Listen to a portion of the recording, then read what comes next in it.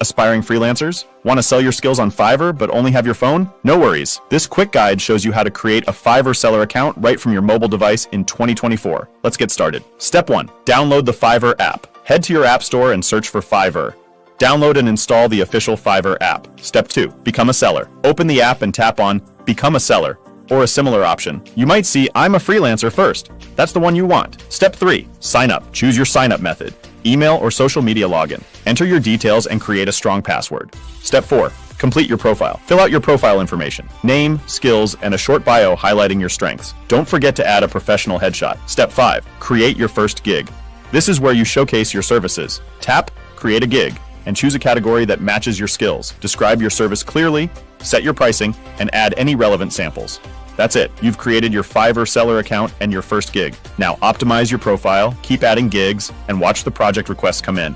Feel free to leave a comment below with your Fiverr goal.